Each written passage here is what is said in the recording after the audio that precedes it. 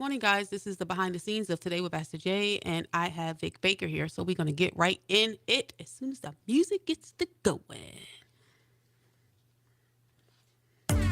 You are now tuned in to Today with Pastor Jay on WNZF News Radio, where we discuss inspiring and informative news. And now here's your host, Pastor Geraldine Denny. Good morning, good morning. Wake up, good morning. You are tuned in Today with Pastor Jay on WNZF News Radio, and I am your host, Pastor Geraldine Denny, bringing faith, truth, and real conversations that matter. And today I'm joined by a leader on the front lines of conservative politics, that's State Committeeman Vic Baker of Volusia County. And today we're going to tackle two urgent topics. First, the current government shutdown and what it means for everyday Americans. And second, the impact of Charlie Kirk's sudden passing and the legacy he leaves for the conservative movement. So Vic, welcome to the show.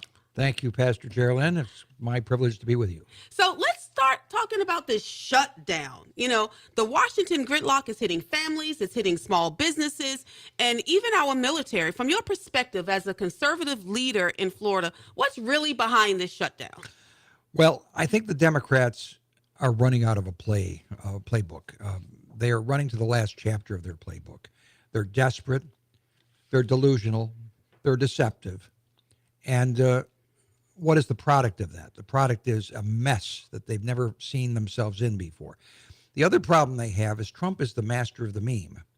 Isn't he? Trump has landed sombreros on all these heads, and the stroke of genius that is they call it racist. It's not racist. Is it racist to call somebody a Mexican? No, there's nothing wrong with being a Mexican.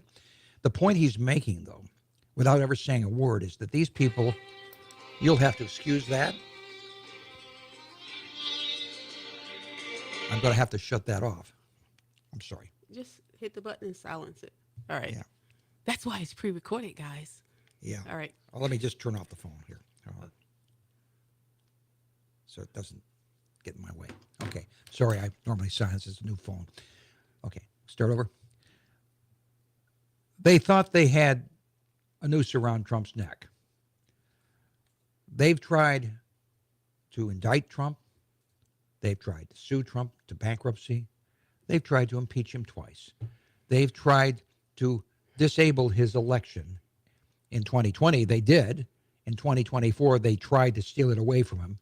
They've failed at all those. This is like Wile E. Coyote and the Roadrunner all over again. Every time they try something, an anvil falls on their head. The Democrats do not know what they're doing. Number one, Chuck Schumer says, give us this or we'll shut down the government. Give you what? Well, they want more money for NPR. We've shut that down. That's $500 million. We're not going there again.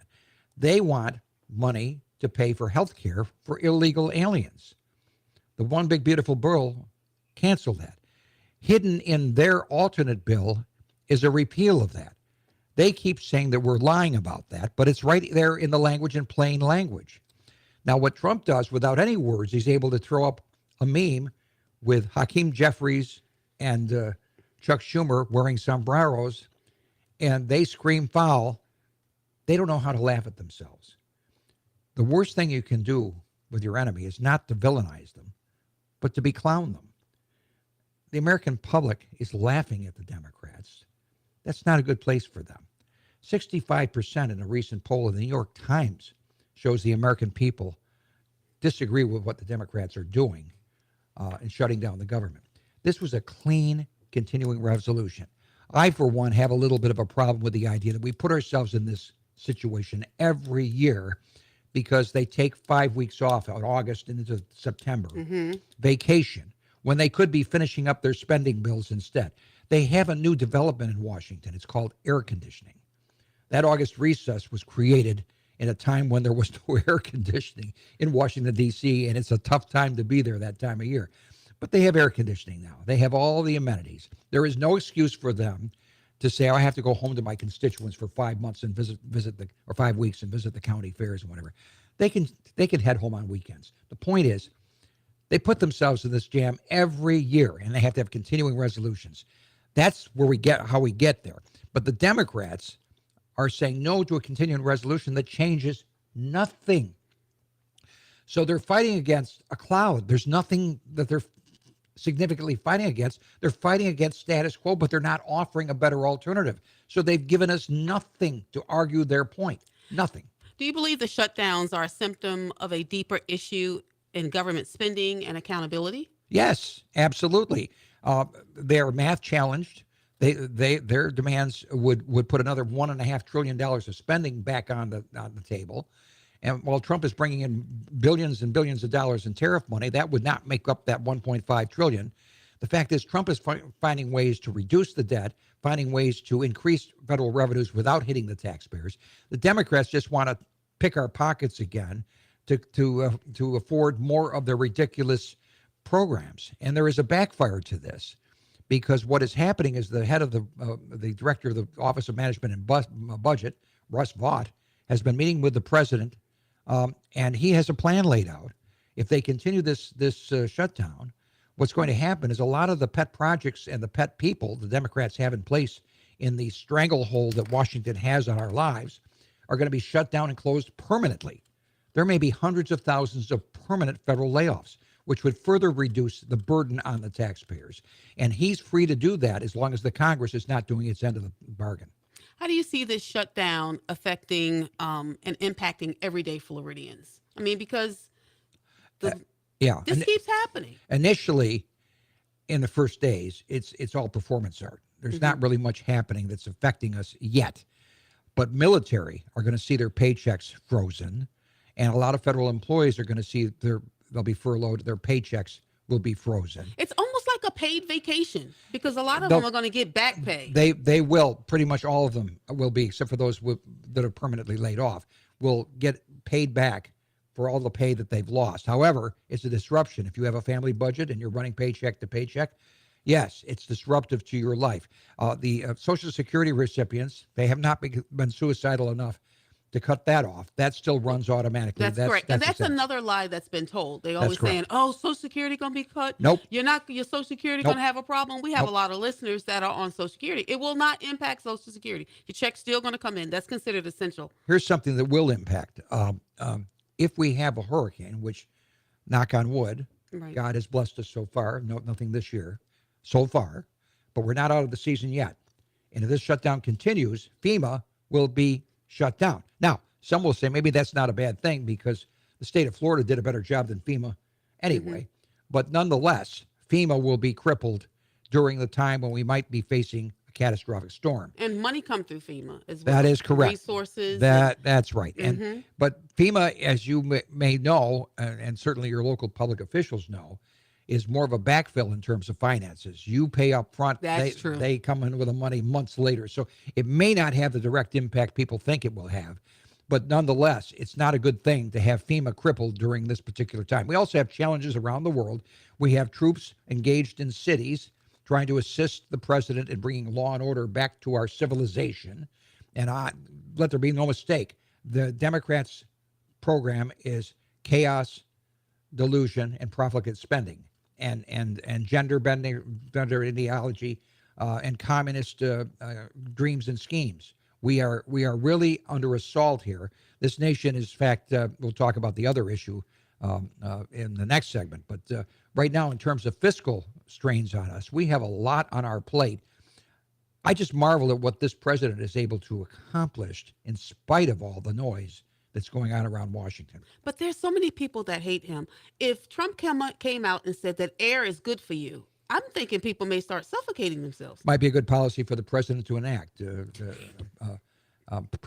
Breathe freely, America, and breathe freely, America. Watch Tic Tac. Make America breathe free air again. Watch Tic Tac explode with a bunch of Karens turning blue online. Yes, that would be the let's not drink urine. It's not good for you, and we'll see him doing it. Yep. What's the Republican response versus the narrative that we're hearing from mainstream media? Because there's always a narrative when it comes to mainstream media. They want to, yesterday I even posted something from Kat Kamek. She posted a video about how she was in DC. Did you see the video? No, I didn't. It was a beautiful video she had posted about the shutdown and what's going on and the narrative and what they're trying to push through and how people think, oh, the Republicans are in charge of the Senate, that they're the reason why there's a shutdown. But of course, it takes more than just a Republican vote. You have to have a consensus over there. We need at least 7 Democrats to go ahead on and say and sign this bill. So the mainstream media is not putting that out there. They're making it seem like, oh, the Republicans are shutting it down. They're in control of everything. So what is the Republican response to that? The Anamedia, as I call them, The Anamedia? the Anamedia, what they do is they tell you part of the story, the part of the story that fits their narrative. But in fact, the full truth is this: the United States Senate does not run by majority rule for the most part. In some cases, we've made exceptions. Reconciliation bill, you need 51 votes, or certain judicial appointments, you need 51 votes. But in certain cabinet, you need 51 votes. But you have to get to 60 votes to invoke something called cloture in order to allow you to proceed to actually vote on whatever measures pending. So let's give you an example. We want an anti-Sharia law enacted. The House passes an anti-Sharia act, which basically... But isn't that already in the Constitution? I was going to acknowledge that. Right. It's already in the First Amendment of the Constitution. Right. Congress shall make no law regarding an establishment of religion or the free exercise thereof, right? But Sharia law is an encroachment of one religion on other religions, so that violates our Constitution. You sometimes need enabling statutes to help further reinforce that in concordance with the Constitution. So that would be the intent. But what I want to try to tell people is when they say, we should impeach this judge or should impeach that person. I said, do you understand impeachment? Impeachment is a process whereby, yes, you can get a majority vote in the House, but unless you get a two-thirds vote in the Senate to convict, the impeachment is an exercise in futility. Nothing happens. I mean, they impeached Trump twice. Nothing happened. He was not convicted. That's true. So all it does is put a blot on your record. Now, censure is very similar. It doesn't take you out of Congress. It just they put you down to the well of the House and they scold you. So I mean, what does that do to anybody? It doesn't do anything. As for legislation, if you want to get something passed in the Senate, Sharia law, anything else, you need 60 votes to invoke cloture. Well, you very rarely can get to 60 votes when the Democrats are going to join arms with one another. And whether they're being smart about it or not, whether it's an act to enforce reasonable common sense laws or anything else, if it doesn't fit their left-wing narrative, they are not going to go along. They're not going to go along with anything that'll make Trump look good, because Trump derangement syndrome is a cancer infecting much of our pop culture and much of our government and our academia and our corporate structure. It's only because of strict enforcement of constitutional principles by people such as Harmeet Dillon, who's doing a marvelous job enforcing equal treatment under law, that we're seeing a pullback from that sort of thing. So what role do conservative grassroots voices have? What role do they have? People like you play in keeping leaders accountable during this crisis. We know that Proverbs 29:2 says, when the righteous are in authority, the people rejoice. So when you're looking at grassroots and how should conservatives be praying during a time like this, what role do you think that we could play? Well, of course, prayer is important, but Book of James, faith alone without works is dead. You actually have to do something. So you need to have to talk to your friends, your neighbors, and look. Social media is also a scourge because of some of the crap that comes through on social media. However, it can be a force for good. Elon Musk bought it for $40 billion for a good reason, to save civilization, because it was constricting. So what we have to do is we have to get loud on social media and tell our side of the story. That's what we have to do. All right, guys, we got to take another break. This segment is brought to you by our partners, Church on the Rock, Judah One Aviation, and Great Eagle Strategies, leader who walk in faith and stand firm in truth. You're listening to Today with Pastor Jay. Don't go anywhere. Up next, we're talking about Charlie Kirk's legacy and what his passing means for conservatives across America. Don't go anywhere. Don't touch that dial.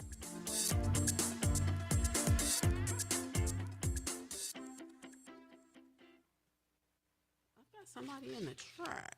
Let's see what they saying. Oh, someone said hello, Vic. Oh, okay. David Baldoff. David Baldoff. Yeah. Okay. Hi, David.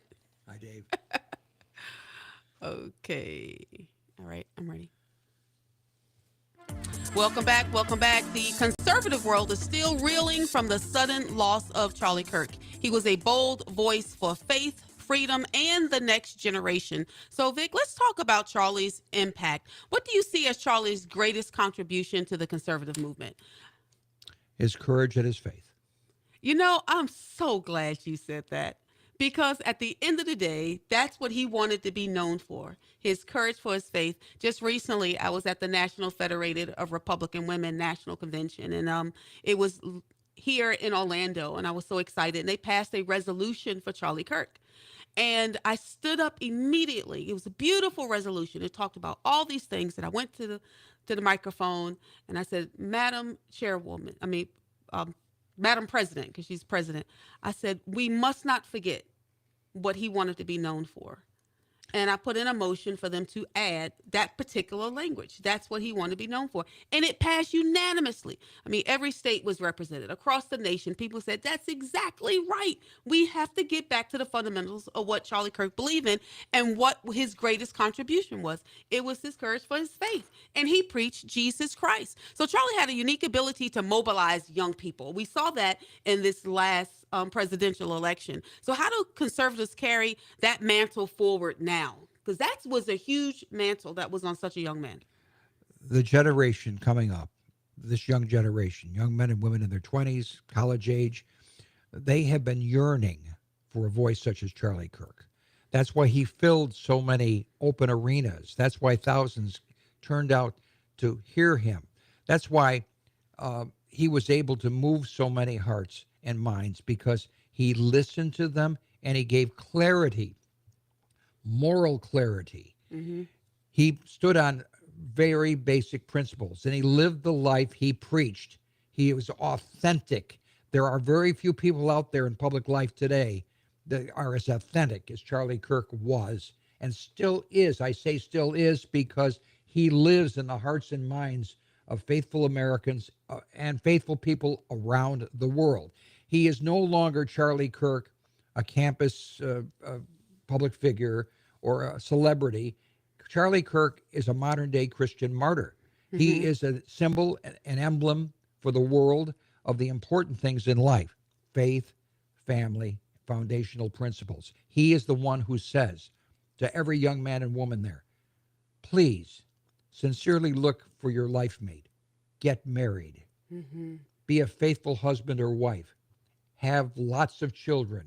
Raise them up righteously to be Christian men and women, to be another generation. We need to build a population of kind Christian believers who do know how to use their minds. You know, Christ died to take away our sins. He didn't die to take away our brains. Mm.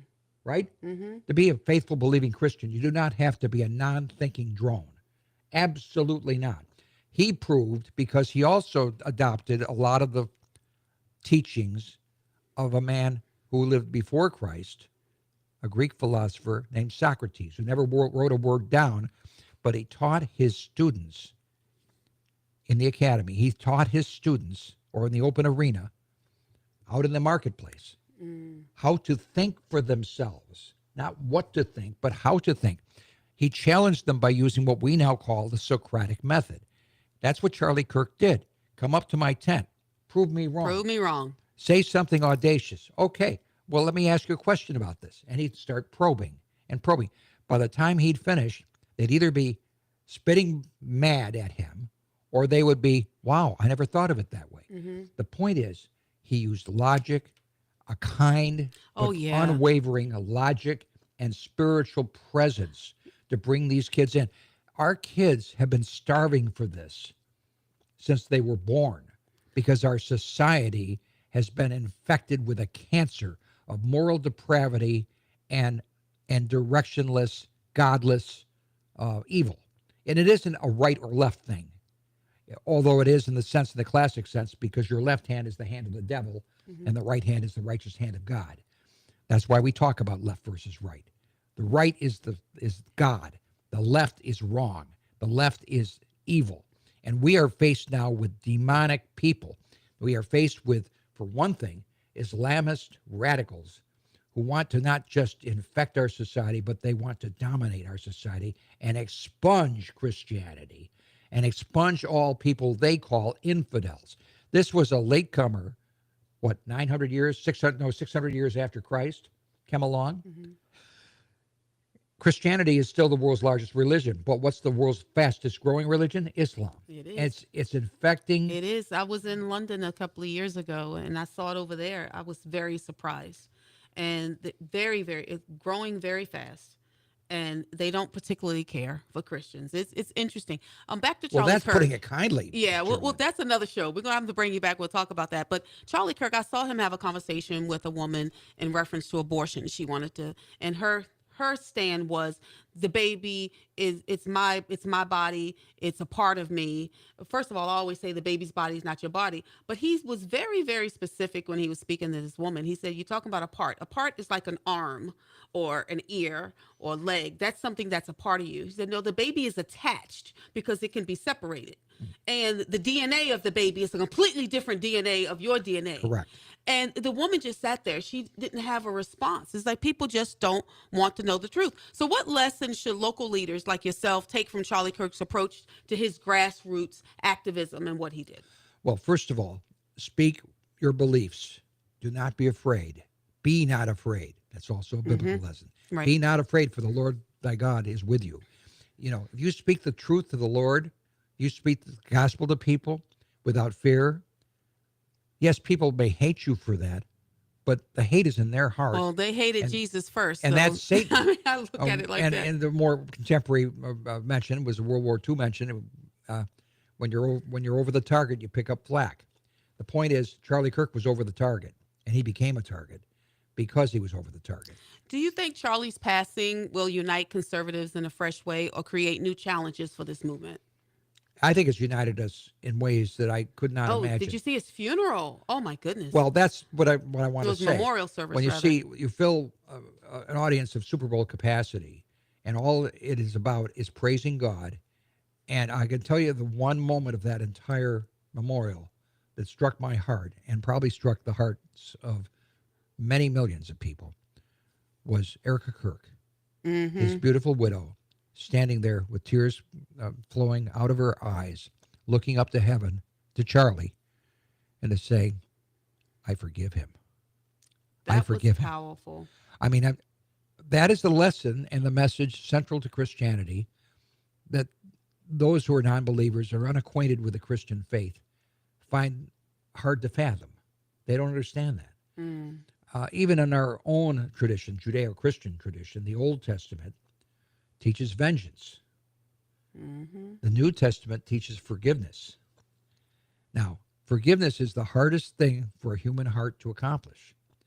But what does forgiveness do for you?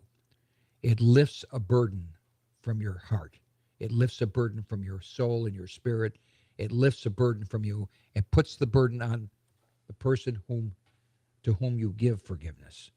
I posted a comment on social media, and I've shared this with people that are taking up arms. I'm Charlie Kirk. I am Charlie Kirk. I want to do the things Charlie Kirk. And they're arguing, I don't want to say arguing, but they're taking a stance of they want to be Charlie Kirk. And I had to point out to someone specific, especially someone that married into my family. And I sent him a comment and I said, if you want to honor Charlie Kirk's legacy, which I know he did, you can't pick and choose the parts that fit your views while ignoring the faith that drove his mission. And just like with his videos, you have to look at the whole picture. And Jesus said, I am the way, the truth, and the life. And that was Charlie's ultimate truth. And if you want to truly follow his example, that's where you're just going to have to start. So you can pick up the mantle. You can say whatever you want to say. But at the end of the day, you've got to accept Jesus Christ as your Lord and Savior. And that's where Charlie stood. I want to thank you so very much, Vic, for joining the show. It's been great. And we were reminded that even in shutdowns and losses, God calls us to stand strong, stay faithful, and keep our foundations firm. And I'm so grateful about that. And I'm thankful for you for all that you've done in Volusia County. So thank you so much for coming to the show. All right, guys. Charlie Kirk's life shows us that one person rooted in conviction can inspire millions. And the government shutdown reminds us of the need for righteous leadership now more than ever. So I leave you with this today. Yesterday is gone. Tomorrow's not promised. What are you going to do today? Until next time, I'm Pastor Jay, and this has been Today with Pastor Jay on WNZF News Radio. God bless you.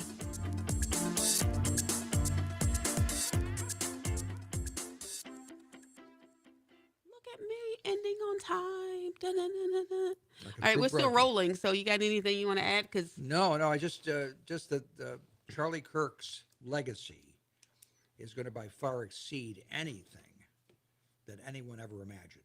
And we all in Volusia County, we've been alerted that we have 3 Turning Point chapters already opening up: at Daytona State College, Embry-Riddle, and New Smyrna Beach High School. all right. And so what's going to happen is those young people are going to grow up to be in the young adults, go to college, and they're going to talk back to the professors, maybe get suspended or expelled for speaking up. But they will, or maybe they don't go to college and they become another Charlie Kirk. I think what we have done, unfortunately, this one assassin in throwing a bullet into the neck of Charlie Kirk has created millions of Charlie Kirks. It has. And I pray so in the way of his faith. and I they really will be do. apostles to Christ, no differently than Charlie Kirk. Maybe there'll never be one quite as good as Charlie Kirk at the job, but with the Holy Spirit behind them, God only knows what's going to happen. All right. That is so true. Well, we're looking forward. Thank you guys for watching. This show airs this Sunday morning at 8 a.m. on WNZF if you want to hear the edited version. If you all have an Alexa device, you can always say, Alexa, play WNZF on TuneIn. It works just like that. And if you have an iPhone, Siri will do it too. How about that? So God bless you. Have a wonderful day.